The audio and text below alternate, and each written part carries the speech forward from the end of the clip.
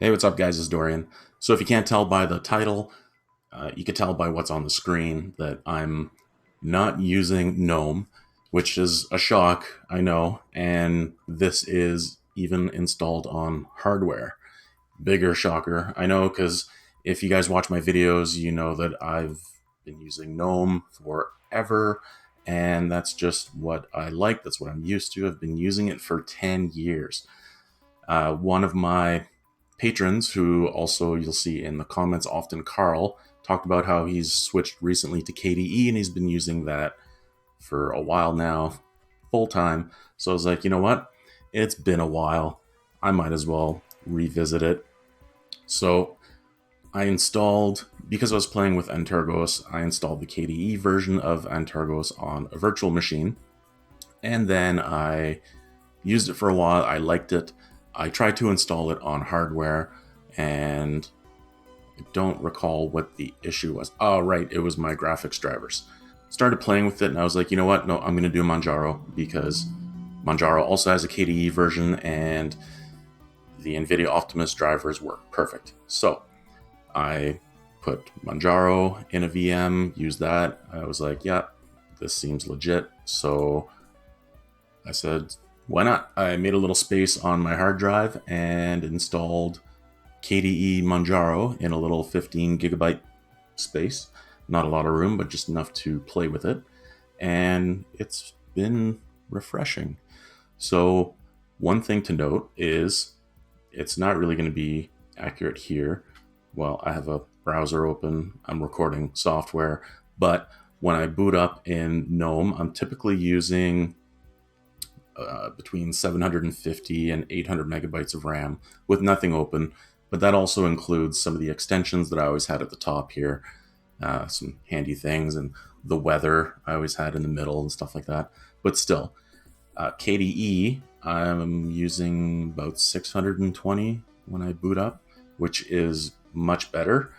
However, I loaded it up on an older PC, and it's about 10 years old. I think it's a Core 2.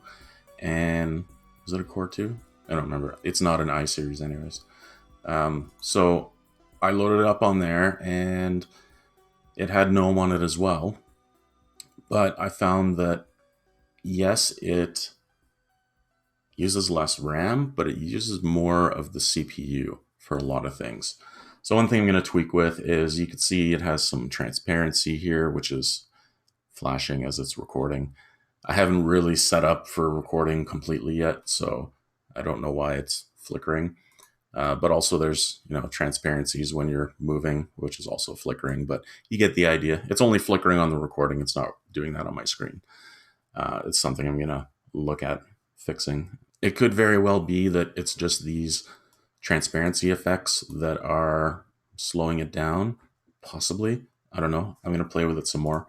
But on my main machine, which I always use for everything, in all my videos that you see me reviewing stuff where I'm recording, it is my main laptop. It's an MSI Leopard Pro.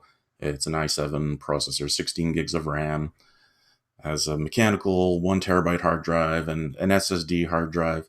And I use it for everything just to be consistent. I do test on the other machines, but I don't record because it doesn't run so well. So, what do I think of KDE after using it for a while? Well, because it's Manjaro, of course, the NVIDIA installation worked the same. I apologize, I can't zoom in. I haven't even set that up yet on OBS. I will set it up if I decide to keep KDE. Bumblebee works. There is a little icon here that gives you the status and the temperature, like I had in GNOME at the top here. I don't particularly like how it looks. I wish I could change it. I might be able to, but this was the only option available. And so if I were to do Optirun GLX gears, you'll see it'll turn to color. And of course, it opened on the other window. I had this sorted with GNOME, where everything opened on the laptop screen and not my external monitor, but that doesn't seem to be working again, so I'll have to futz with it. But anyways, so the little black and white icon turns to color, and it shows the temperature, which is very, very hard to read because it's on a color background, but regardless, it works. And when you cancel it, it goes back to black and white. And again, just like last time, this can be confirmed with TLP. So that works. That's a bonus. The rest of the core system is pretty much the same as what I had in the GNOME version of Manjaro. You've got the same kernels, same basic core packages, but of course there's a lot of differences. The one thing I'm starting to slowly get used to is having this start button instead of, I had my bar on the side with all the icons, which I'm quite used to, but I could always just drag this over here and leave it like that. And that kind of moves things around, messes things up a bit, but okay. So I could do this, and then it's sort of similar. And I don't have my top bar, but I found it to be a little glitchy sometimes, especially widgets. I tried to add a weather widget. It didn't really work well. When I tried to change some settings on it, it just crashed the whole panel. Uh, a little bit clunky, I think, but I'm getting used to it. And I'm also getting used to this octopi as opposed to Pac-Man, which I'm used to because I'm still fairly new with Arch. I used Antergos, I used Manjaro. I've used Manjaro more than anything for Arch-based stuff, so I was really used to using, uh, it's not Pac-Man, it's Pamak, the GNOME version of this, basically. And speaking of GNOME versions, there's another thing that I had to set here, which kind of threw me off. There's a lot of things I had to browse through in here because the settings are so different. So when I was setting themes, it worked just fine. There was a couple of things I had to do to get different themes working to make it how I liked it. Instead of just going for set a global theme, you can set the individual pieces. But one thing that I didn't realize is in Firefox, it counts it as a GTK application. So my mouse was turning yellow and I could not figure out why, and it was driving me nuts. And it was under application style. You have GNOME application style GTK. This was set to oxygen yellow. And so it was driving me crazy because it kept coming back and I didn't realize it was a completely separate setting. I just kept going in here to cursor theme and I was like, yeah, and I'd set it and I'd go back and it was actually fine. And then I'd switch windows and I'd come back and it would go back to yellow and it was just driving me up the wall. But anyways, now that I know, it's easier to manage and my blood pressure has come back down. So um, you can find everything that you need. There's the handy little search function up here. And also, just like GNOME, when you hit your Windows key or whatever you have for Mac, whatever it is, you can search for applications here just like you would in GNOME. So that's handy. The layout is weird. Dolphin is weird. I don't know what to say other than it's weird. I would install Nautilus on here, but it'll pull so much GNOME into the system it might start causing problems. And I don't recommend that you mix KDE and GNOME. I don't I don't recommend that you mix any of the three major desktop environments, which are GNOME, KDE, and Unity. Even though Unity's not around yet, you can still get it on Ubuntu. Download an old version, you can still use it. Don't mix them because they bring in so many dependencies that do stuff behind the scenes and they will interfere with each other. They will try to both accomplish the same task and it just turns into a mess. So just don't do it. So I'm getting used to Dolphin again. I can set up shortcuts here how I want them, I suppose, but the one thing that I'm really missing is places. At the top here, there was a little places drop down, and I would have, documents, downloads, music, blah, blah, blah, and then my different drives, like you have here, all my different devices. So I do really miss that. And I'm really low on space. Well, a gig and a half is not low, but anyways, so I do miss that. I guess it's the familiarity. You know what I mean? Familiarity. Thank you. So yeah, it's that. It's just getting used to sitting in front of a different desktop when I'm used to how it used to work before. So everything's a little different. Alt tabbing is different, and I don't know.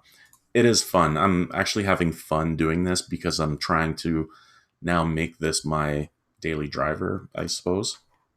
And as I said before, this is on hardware. This is not a virtual machine. So I can say that I'm getting the real KDE experience on hardware. Some Steam games are a little bit glitchy when I run Optorun, but I haven't gotten to the bottom of that, and I'm not sure why that happens when it works fine in Manjaro Gnome. So that's something that I have to investigate a little bit. But it's only, what are we, Tuesday? And I've only been playing with it for a few days now. It's been a long time. I used KDE back in the day. I've used GNOME forever. Let's just say that. I've used GNOME forever. And then I switched to KDE because back in the day, 10, 11 years ago, GNOME started getting bad and there was all kinds of problems. And so I decided to switch it up to KDE. And this was on Mandrake Linux. So that's going way back. And then Mandrake turned into Mandriva. And by the way, if any of you remember it, it was fantastic because it had an amazing installer for back in that time when Linux was a little more difficult and didn't install so well. Mandrake, or later Mandriva Linux, had I think, a revolutionary installer. It was so easy to put Linux on your system, and I think that changed the game a lot for a lot of distros. So that's what happened back then.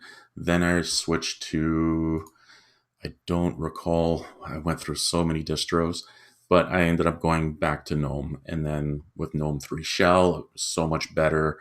And I just fell in love with it. And I've been using it for 10 years. So now going back to KDE, this is fun. I'm still getting used to it.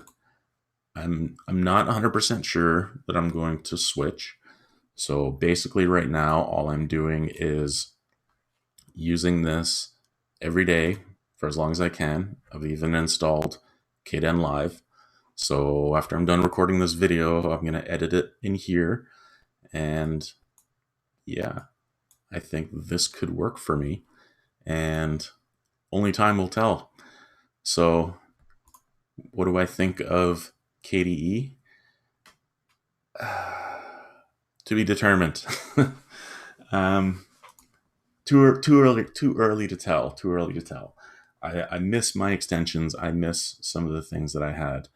And while it does have a lot of widgets, the widgets I find are a little bit glitchy. I don't like, this is one thing I never liked about KDE back in the day 10 years ago, is they were fun. I had them all over my desktop. It was crazy. But they're like, most of them are like toys or something you don't really need to see. And I'd rather have stuff in the system tray. When I have a full screen window like this, I can still see my widgets instead of having stuff on the desktop. And I don't want a whole ton down here either. So we'll see. It was one of the downfalls also back in the day of being a very, very heavy system. This was way before Plasma, way before Neon. I don't remember which version of KDE it was, to be honest, but it was old. And KDE was cool because it was similar to Windows, but it was very heavy operating system. And it just kind of got worse and worse. And all these widgets just kind of encouraged you to add this stuff that you didn't need to your desktop just because it was fun and it was cool. And then, once I got over that, then it got much better. But and then what else? Yeah, I was just scrolling through random stuff here. Gparted. If I search for Gparted, It, of course, is not there because in KDE it's called the KDE Partition Manager, but it's the same thing as gparted. It looks a little different. It's the same thing. So certain software you might have to adapt to looking for the KDE version. But honestly, could I work in this? Yes, I could, of course. Would I want to? If I had to choose, I think right now I'm forcing myself to play with it. I'm forcing myself to use it just to see if I can stick with it. So we'll see what happens. I'm going to give it, let's give it 2 weeks and see how this goes. So right now I have, I don't know why I closed that, but I have several systems on the go right now. And I am also going to install Pop! OS on hardware because I want to play with that. I have Debian 9 Buster that I'm checking out, even though it's far from being ready. I downloaded the ISO, playing with it. So other stuff that I'm going to check out. And I'm going to put Antergos on hardware as well. I'm running out of space. I might have to look into investing in a 2 terabyte hard drive because this 1 terabyte hard drive, I end up having to rearrange. Come on, really? I end up having to rearrange and shrink and grow partitions and do all kinds of stuff. I would love to get like a 1 or 2 terabyte SSD, but those are ridiculously expensive and I cannot afford that. So that's not going to happen. But I could probably do a 2 terabyte mechanical drive, maybe bigger if they have it. I think I can swing that. Don't tell the wife. with baby on the way, I shouldn't be spending money on stuff. But anyways, I do need more room. Constantly shuffling the stuff around here and deleting stuff. So yeah, anyways. So KDE from GNOME, part 1, I suppose. I'll have to see what happens. All right, guys. Anyways, thanks for watching, and that's what I'm up to. And yes, I'm still working on some other stuff. I have my Linux 101 stuff that I'm working on for the terminal stuff and some more like Linux explained things. So I'm still working on stuff as well. I did a couple of reviews, so I'm going to move on from that. And oh, I don't have my Twitter transition on here either. But anyways, Twitter at Dorian.slash, that too. And until next time, guys, bash on.